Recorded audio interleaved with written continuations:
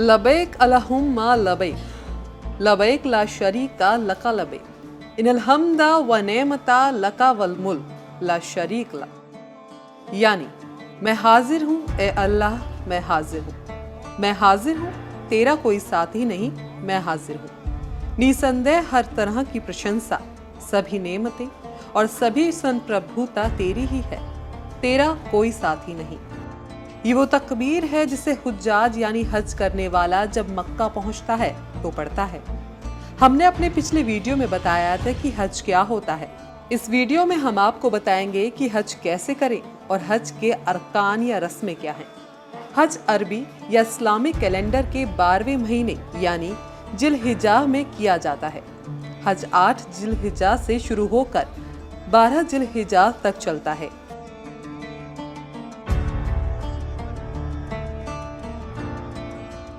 बता दें कि जिलहिज्जा वही महीना है जब इस्लाम को मानने वाले लोग बकरी ईद का त्योहार मनाते हैं।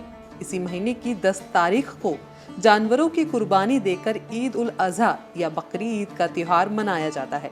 हज और कुर्बानी का गहरा रिश्ता है जो हम आपको आगे बताएंगे। हज के अलावा मुस्लिम मक्का पहुंचकर उम्राह भी करते हैं। हज और उम्राह में फर्क ये है कि हज सिर्फ जिलहिज्जा के महीने में ही किया जाता है, जबकि उम्राह पूरे साल कभी भी किया जा सकता है।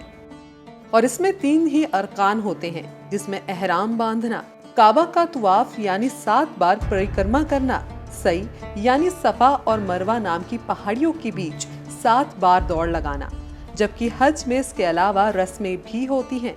इसमें हल्क या कस्र पीना, अराफत जाना, शैतान को कंकड़ मारना शामिल है। हज कितने तरह के होते हैं? आपको बता दें कि हज 3 तरह के होते हैं। पहला हज ए इफराद, जिसमें सिर्फ हज के लिए एहराम बांधा जाए और इसमें उम्राह को शामिल ना करें। नंबर 2 हज ए किरान, जिसमें हज और उम्राह का एहराम एक साथ बांधे और मक्का पहुंचकर उम्राह के सारे अरकान पूरा करके 10 जिलहिज्जा तक उसी हालत में रहें जैसे इफराद वाले रहते हैं। नंबर 3 हज ए तमत्ता, जिसमें पहले उम्राह किया जाता है, उसके बाद हज, मतलब हज का इरादा करने वाला मिकात में जो एहराम बांधे उसमें हज को शामिल ना करे और 8 जिलहिज्जा को मक्का में नए सिरे से हज का एहराम बांधे। ज्यादातर भारतीय इसी तरह से हज करते हैं। मिकात, आपको हज के बारे में बताएं उससे पहले मिकात को जानना जरूरी है। मिकात वो जगह है जहां पर हज या उम्राह करने वाले लोग एहराम बांधते हैं। हज या उम्राह करने वाले लोगों को यहाँ पर एहराम बांधना जरूरी है। भारत से हज यात्रा पर जाने वाले लोगों के लिए मिकात यलमलम है, जो जेद्दा शहर से करीब 75 मील पहले है। जिन लोगों को हज में नींद आने या फिर दूरी का पता नहीं चलने का अंदेशा हो, बेहतर है कि वो जहाज में सवार होने के 1-2 घंटे बाद ही नियत कर ले। बहुत से हजियों को सीधे मक्का के बजाय मदीना शहर की फ्लाइट होती है। ऐसे में मदीना से मक्का यात्रा के दौरान जुल्हिफा में उम्राह या हज की नियत करें। नियत करने के बाद पुरुष तेज आवाज और महिलाएं धीमी आवाज में तलबियां पढ़ें। एक बार तलबिया पढ़ने से ही एहराम में दाखिल हो जाया जाता है, लेकिन जब भी तलबिया पढ़ें तो 3 बार पढ़ें। तलबिया वही दुआ है जिससे हमने वीडियो की शुरुआत की, यानी लबैक अल्लाहुम्मा लबैक लबैक ला शरीका लका लबैक इनल हम्दा व नेमता लका वल मुल्क ला शरीक लक, जिसका मतलब है कि मैं हाजिर हूँ ए अल्लाह, मैं हाजिर हूँ, मैं हाजिर हूँ, तेरा कोई साथी नहीं, मैं हाजिर हूँ। निसंदेह हर तरह की प्रशंसा, सभी नेमतें और सभी संप्रभुता तेरी ही है, तेरा कोई साथी नहीं। एहराम सफेद रंग की 2 चादरें हैं जिनमें अपने शरीर को ढक लिया जाता है। एक चादर को लुंगी की तरह बांध लिया जाता है, जबकि दूसरे चादर से ऊपरी बदन को ढक लिया जाता है। महिलाएं सब कुछ पहन सिर्फ हाथों में दस्ताना नहीं पहनेंगी और अपना चेहरा खुला रखेंगी, जबकि पुरुष सिवाय 2 चादरों के अलावा कुछ भी नहीं पहन सकते। एहराम बांधने से पहले अपने बदन की सफाई अच्छे से कर लें, जैसे नाखून वगैरह काट लें। मक्का पहुंचने पर, जब आप मक्का पहुंचे तो अपने होटल जहां आपको ठहराया गया है वहां अपने सामान वगैरह को ठीक से रख दें, थोड़ा आराम कर लें, फिर वुजू करके मस्जिद ए हरम की तरफ चलें और ये बात ध्यान रखें कि जिस गेट से दाखिल हो उसका नंबर जरूर याद कर लें, जिससे आपको वापस लौटने में आसानी हो। जब पहली बार आपकी नजर काबे पर पड़े तो तकबीर यानी अल्लाहु अकबर कहें और हाथ उठाकर दुआ मांगे। इस वक्त की दुआ जरूर कबूल होती है। इसके बाद उम्राह के अरकान अदा करें यानी तवाफ, 2 रकात नमाज तवाफ और सई। काबा का तवाफ। मक्का पहुंचने के बाद सबसे पहले उम्राह की नियत करें और काबा का 7 बार तवाफ यानी परिक्रमा करें। तवाफ हजर ए अस्वद की तरफ से यानी कि काले पत्थर की तरफ से शुरू करें। मर्द एहराम की चादर को दाईं बगल से निकाल बाएं कंधे पर डालें। यहाँ ये भी याद रखना जरूरी है कि तवाफ के दौरान हतीम में दाखिल ना हो। हतीम काबे का वो हिस्सा है जिसके अंदर तवाफ करना मना है। तवाफ के बाद मकाम इब्राहिम के पीछे 2 रकात नमाज तवाफ पढ़ें और फिर जमजम पानी पिए। फिर सफा पहाड़ी पर पहुंचकर सई की नियत करें कि उम्राह के लिए नियत कर रहा हूं। फिर सफा से मरवाह की तरफ चलें और जहां हरी बत्ती हो वहां पुरुष हल्की दौड़ लगाएं और महिलाएं सामान्य गति से चलती रहें। ये एक चक्कर हो जाएगा। फिर मरवाह से सफा की तरह उसी तरह से आए, ये दूसरा चक्कर हो जाएगा। इसी तरह 7 चक्कर लगाएं। हल्क या कस्त। सई खत्म होने के बाद मस्जिद हरम से बाहर आकर हल्क यानी सिर मुंडवा दे या फिर कस्त्र यानी सिर का 1/3 बाल कटवा दे। औरतें कस्त्र ही करेंगी यानी पूरी चोटी के 1 पोर बाल काट लेंगी। इसी के साथ आपका उम्रा मुकम्मल हो जाएगा। इसके बाद आपका हज का अरकान शुरू होगा। 8 जिलहिज्जा यानी हज का पहला दिन। जैसा कि हम आपको वीडियो में पहले ही बता चुके हैं कि हज इस्लामिक कैलेंडर के 12वें महीने यानी जिलहिज्जा के 8 से 12 तारीख के बीच होता है। 8 जिलहिज्जा के दिन सुबह फज्र की नमाज के बाद अपने होटल या फिर जहां आप रुके हैं वहां पर जैसे उम्राह के लिए एहराम बांधा था वैसे ही एहराम बांधे। फिर यहाँ से आपको बसों में मीना ले जाया जाएगा जहां बहुत बड़ा सा खेमा लगा होगा, जहां पर हाजी के लिए सारे इंतजाम रहते हैं। मीना में कोई खास प्रक्रिया नहीं होती। इन्हीं कैंपों में आपको सारी नमाज यानी जोहर, अस्र, मगरिब और ईशा की अदा करनी होगी। रात मीना में ही गुजारनी होगी। 9 जिलहिज्जा यानी हज का दूसरा दिन। मीना में सुबह फजर की नमाज पढ़ने के बाद यहाँ से अराफत रवाना हो। इस पहाड़ी पर जो मीनार सी बना दी गई थी वहाँ पर आदम अलैहिस्सलाम की जन्नत से निकाल देने के बाद दुआ यहीं पर कबूल हुई थी। यहाँ पर हुक्म है कि खुले मैदान में आसमान की तरफ हाथ उठाकर दुआ करें। आज ही के दिन अल्लाह के पैगंबर मोहम्मद ने अराफात की मस्जिद ए नमरह में जोहर और असर की नमाज एक साथ पढ़ी थी। इसी हज करने वालों को भी ऐसा ही करना चाहिए। जब तक आप अराफात में रहें तब तक अल्लाह से खूब दुआ मांगे और इबादत करें। सूर्य अस्त होने के बाद मगरिब की नमाज पढ़े बिना ही मुजदलफा की तरफ रवाना हो।